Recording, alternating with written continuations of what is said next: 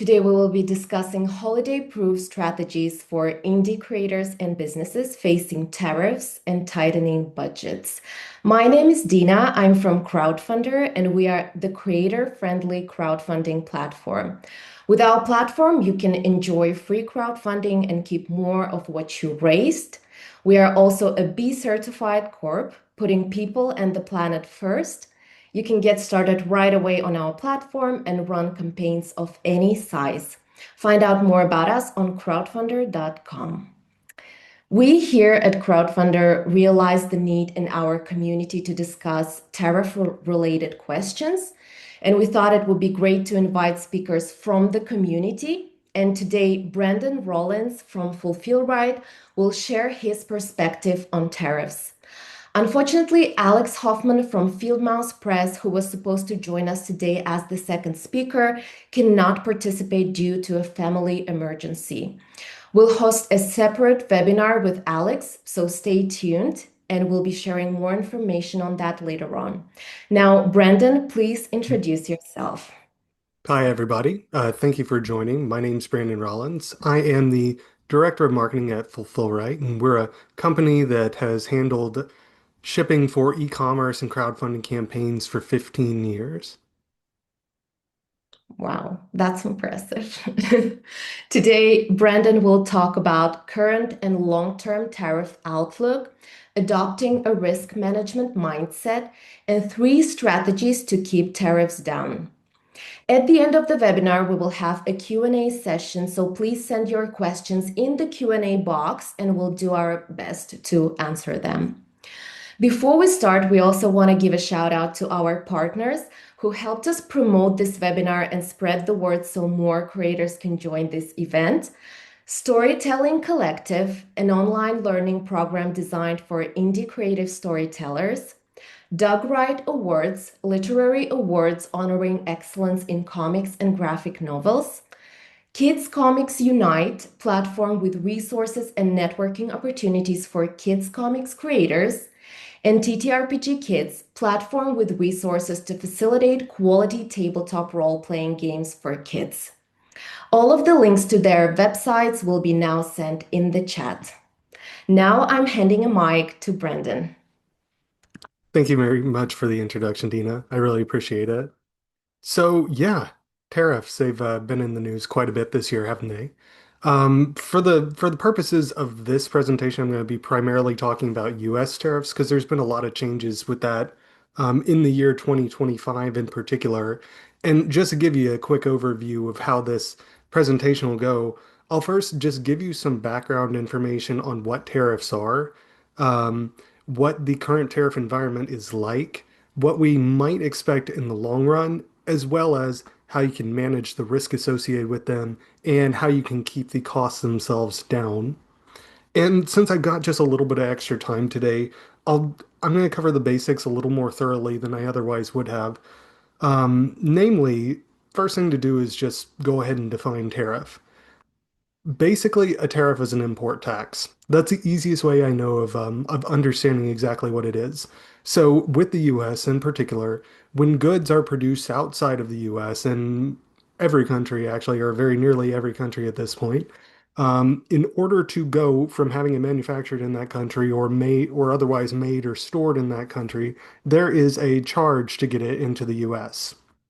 And the way that tariffs are calculated depends primarily on two things. The first is the item itself, what kind of product it is. And every kind of product has a unique code associated with it called an HS code. And that's how they know basically what tariff rate to charge. The other big element to it is what country the products are coming from. So products coming from China into the US have a different tariff associated with them than you would find with Vietnam, with Mexico, with Canada, with anywhere else. So we can go to the next slide at this point. So it's helpful at this point to describe basically what the current state of play is. There have been in the year 2025, as of the time I got my latest information, which was about a week or two ago, 20 separate revisions to tariff or trade policy. So things have changed a lot, and they're probably going to continue to change for a little while. But where we are right now is basically this. Up until this year, tariffs were either low in cost or relatively uncommon. If you want to look at something that gives you, if you want to look at a historical time that gives you the closest analogy to now, you have to go all the way back to 1930 with the Smoot-Hawley Tariff Act. So about 100 years ago. Um, as recently as about a year ago, most goods imported into the UF either didn't have a tariff associated with them or they were quite a bit lower than what they are now. And the one of the other big things to know is that this has been applied, that tariffs of some type at varying different rates have been applied to basically every country in the world. There may be a couple of exceptions, but I wouldn't be able to tell you offhand because again, these change pretty quickly. Now, as it relates for you and how you can kind of imagine like what kind of tariff situation you could be walking into. It's going to depend on a number of things, one of which is when your campaign happens to be fulfilled. So you've got when you're launching the campaign, and then you'll have to have the products manufactured somewhere. And then those will have to be booked on freight if you're making them in another country, which is basically just putting them on a boat or a truck or a train to get them into the US. Um, and then in order to actually get them out of the port, be it an airport or a seaport, then there is the customs charge or the tariffs charge that has to be paid, as well as safety inspections that you've got to clear, depending on the product you have. What specific rate you will be paying will determine what the rate will be determined based on what the rate is when those items are at the port, which is awfully difficult to anticipate in advance, as well as what the rate for countries coming for products coming from a certain country of origin are at that time. Um, so that's kind of vague. It's kind of hard to know what to do with that information. So I want to give you some resources to give you at least something that you can research a little more.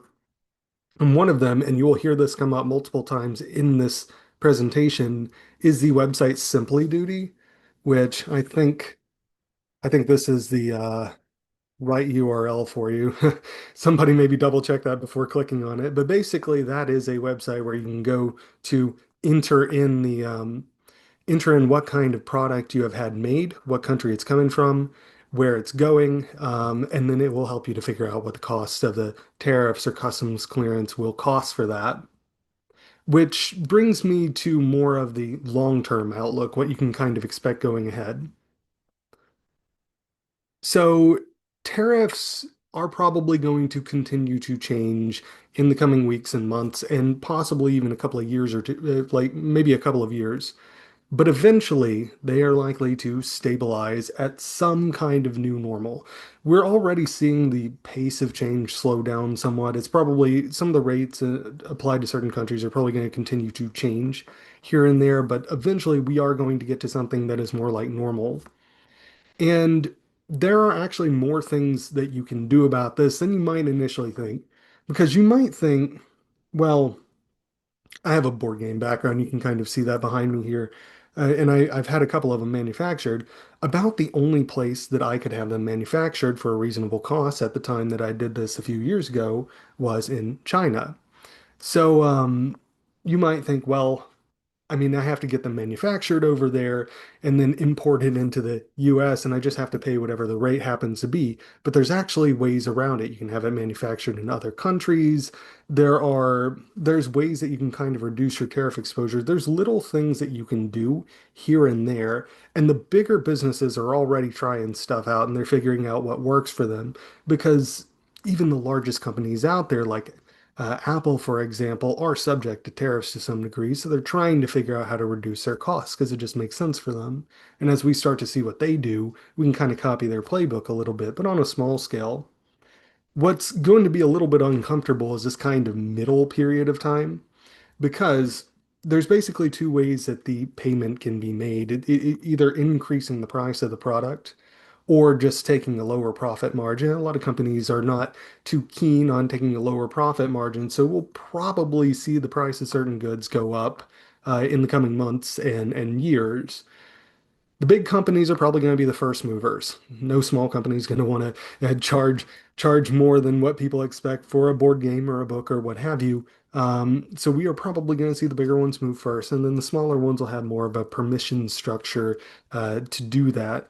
So there's going to be probably kind of an awkward middle period where everybody is still trying to figure out what the proper price of something ought to be. So bearing that in mind, I want to give you a sense of a kind of mindset you can take into all this uncertainty that I've talked about just now, and try to basically win in as many possible scenarios that could play out as you can. And this comes down to risk management.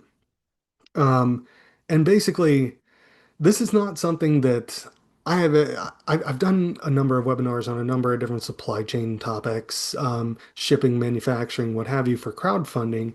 And I don't typically talk about risk management like with a dedicated slide, but I think it's particularly important here because there's a long gap between when a campaign gets funded and when it gets made and then ultimately shipped to the backers who had trusted you with their money in order to get that over to them.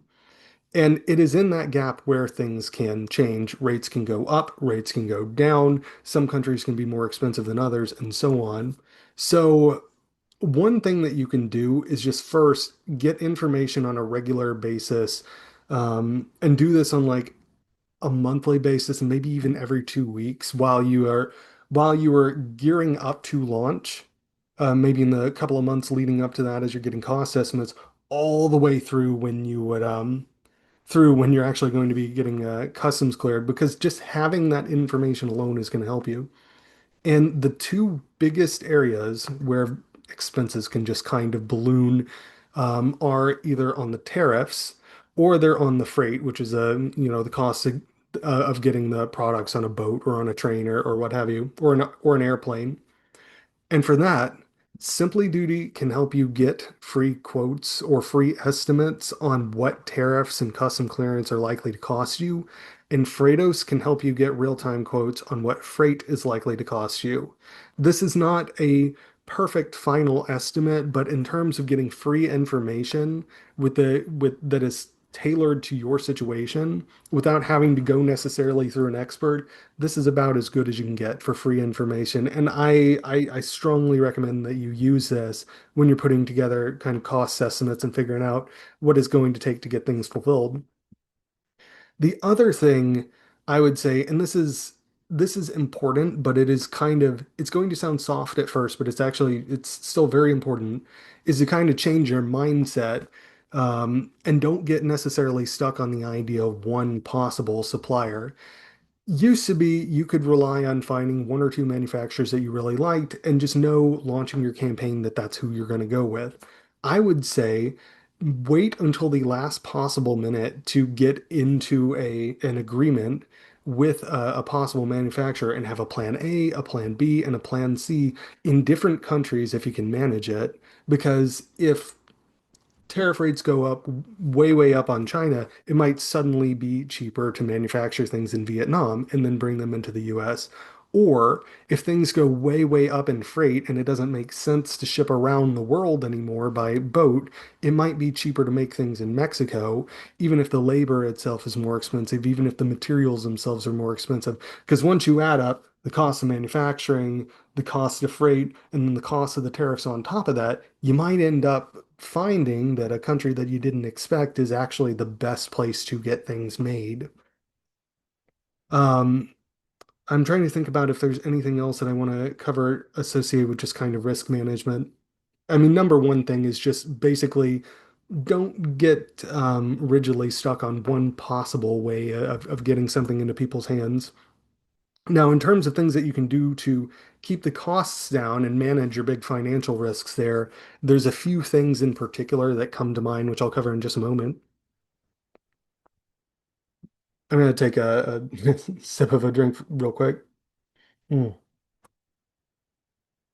Yeah, so we can move forward to three strategies to keep tariffs down.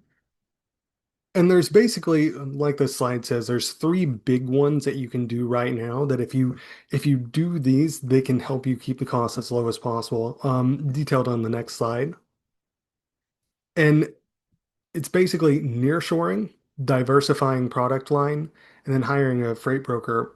So nearshoring is when you have something manufactured closer to the country in which you want to have it stored and then shipped out to backers. So in the case of the US, instead of manufacturing all the way over on the other side of the world, nearshoring would be making something in Mexico or making it in Canada or even somewhere in like Central America or something like that. Friend shoring, which is not on here but is a similar concept, is when you manufacture something in a place where the tariff rate is comparatively lower than it would be with your kind of default option. And I often have brought up Vietnam as an example here because the tariff on Vietnam is lower than China. So if you switch from China to Vietnam, that would, in order to save on tariff costs, that would be a form of friend shoring. Another thing is this is technical and this is very long term, but if you are thinking in terms of more than just one product launch, if you want to start a business and you want to have a multiple different products in your portfolio, this is something to think about. It won't solve problems if you've got just one campaign that you really want to do and it's a certain kind of product and you want to do this. But if you are, say, setting out to make a tabletop game company, you can make board games, you can make role-playing games, there are dice games, there's all kinds of different games that are technically speaking different kinds of products, and they have different kinds of HS codes, which is how tariff rates are often determined. Now, the last time I checked this, I cannot confirm this, but the last time I checked, books actually are one of the few things that are still free of tariffs, so those can cross over borders without incurring additional fees for the people who are receiving them. So if you talk to a customs broker, you might ask them in this tabletop gaming example, if I make a role-playing game, does that count as a book? And if that counts as a book, do I have to pay tariffs on that?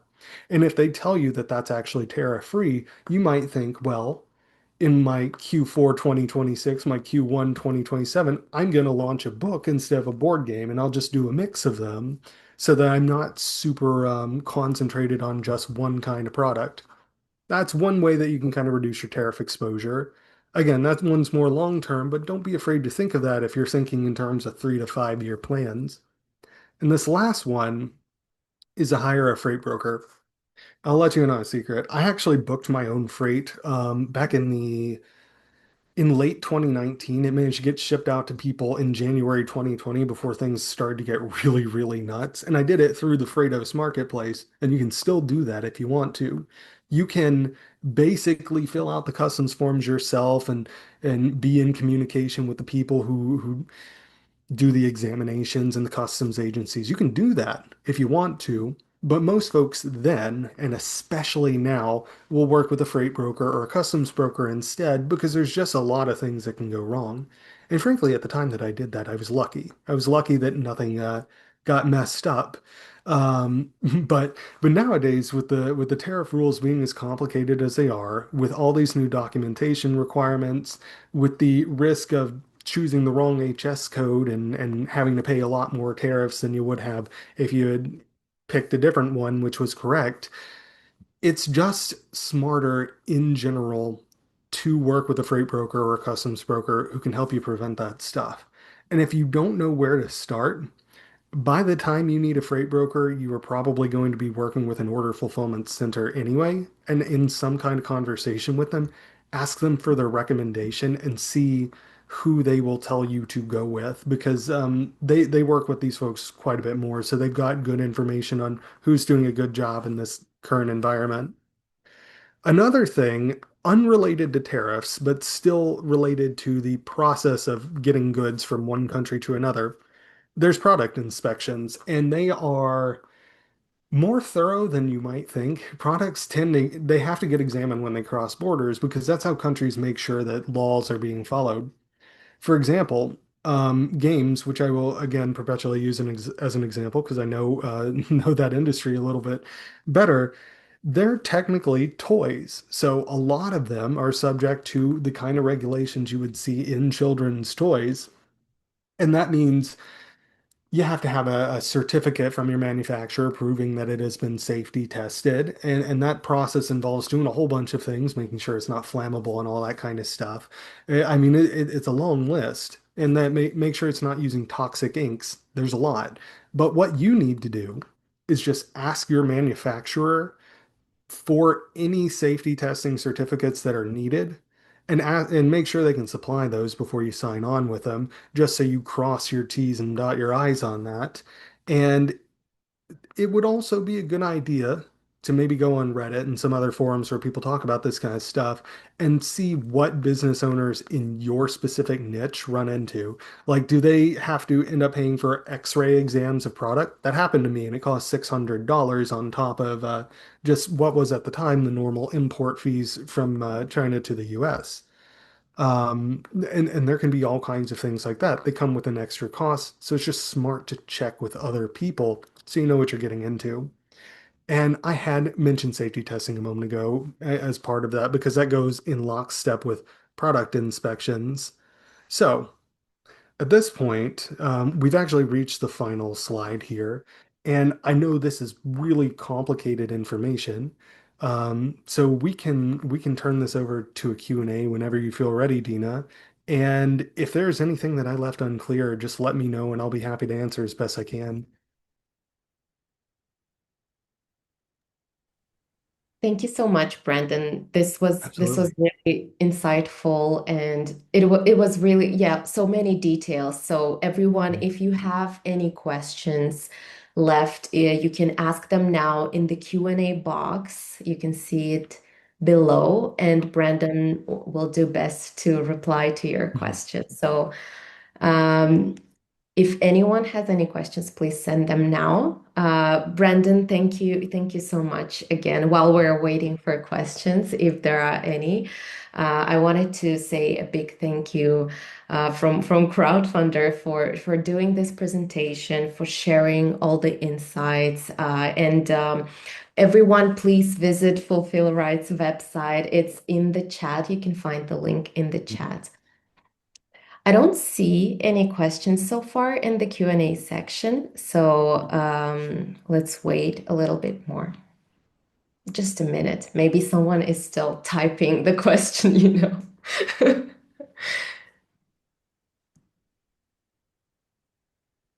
And yeah, we also sent in the chat some useful links that Brandon shared during the presentation. So you can copy them and then visit and explore more if you want to go in depth for this question. Well, if no one has any questions, then I think that we don't have any open questions in the box. So I think that's a wrap for our presentation today.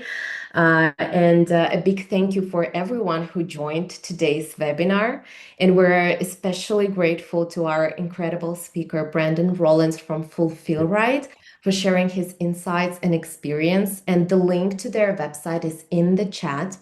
Thank you as well to our amazing partners, Storytelling Collective, Doug Wright Awards, Kids Comics Unite, and TTRPG Kids. You can also find their links in the chat. Thank you so much. And stay tuned for more info on webinar part two. And we will provide more details on our social media, in our newsletter. So stay tuned for that. And we hope the insights and ideas shared today help you shape your strategy with confidence. And here at Crowdfundr, we're always happy to support you on your creative journey. Thank you, Dina, everyone. real quick, I think somebody's trying to get a hold of you in chat. Oh, okay. Okay. I see a question, a comment from Michelle. Right now, from Canada to the US, there seems to be a lack of clarity about books. While they're duty-free, they do seem to be subject to 35% duty, unfortunately. But my freight company, Stellion, is looking into that further. So I think, yeah, Michelle, thank you so much for the comment. I think this is a great insight as well. Brandon, I don't know Mhm. if you have anything to add to that. Yeah, I'll say first of all, it's very good that you're working with a freight company on this because they're going to have the most up-to-date information One thing that might be contributing to the confusion and that might be reason to think it'll settle soon is because literally August 29th, I think actually right after we were in the talks of making this webinar in the first place, there was a huge change, which was the removal of the de minimis exemption, which let packages under 800 just slip into the US without scrutiny. There's a lot of confusion among the services of various different countries right now about how to handle it.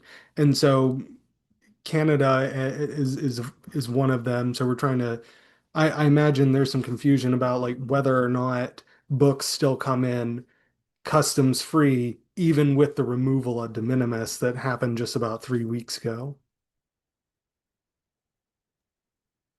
Yes, thank you. Thank you for your comment, Brandon. And thank you, Michelle, for your comment as well. Yeah, so if we don't have anything else, then thank you everyone again for joining. And we'll be sending the webinar recording to everyone. So stay tuned to the webinar recording as well. We'll be also sharing it on our social media channels. And have a great day, everyone. Thank you, Brandon.